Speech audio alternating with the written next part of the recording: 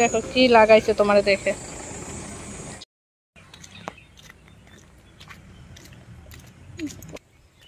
Hello guys, good morning. কেমন আছো সবাই? আশা করছি সবাই ভালো যাচ্ছ। আন্দামান ভিলেজ লাইফে সবাইকে স্বাগত জানিয়ে আবার একটা নতুন ভিডিও নিয়ে চলে এসেছি তোমাদের সামনে।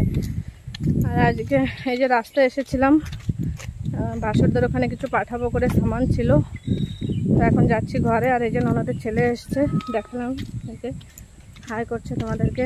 তো চলো সঙ্গে থাকো, পুরো ভিডিওটা দেখতে থাকো। এখন বাড়িতে যাই, আর আমার দিদিও আসছে বাড়িতে। তো চলো বাড়িতে গিয়ে তোমাদের দেখাই। আর ছেলেকে দিদির কাছে রেখে আসছি। এই যে দিদি আসছে, বললাম তোমাদের আগে। তো এই যে দিদি আসছে বাড়িতে, ছেলেকে নিয়ে এখানে খেলা করছে। আর আমি এখন যাবো ওর গরুর কাছে, কারণ বাবা বাড়িতে নেই, তো আমাকে গরু আনতে যেতে হবে। পাপা এই যে সোনা, ওর হাত ধরে দেখানো। এই যে টাটা।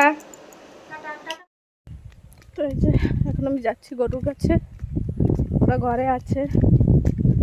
ওকে একটু বেঁধে দিয়ে আসি, আবার এখন রোদ আছে, তো ওকে আবার 11টার সময় নিয়ে আসতে হবে।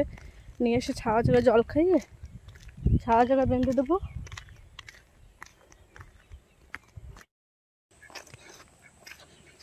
দেখো হাঁসগুলো আমাকে দেখে দৌড়ে পালাচ্ছে, আর ওখানে আর দুটো আছে।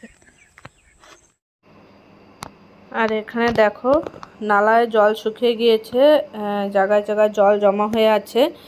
তো সেইখান থেকে জল, মেশিন থেকে জল ফেলে কত মাছ ধরেছে দেখো। এগুলো সমস্ত কই মাছ, আর সমস্ত মাছ আলাদা আলাদা করেই রেখেছে।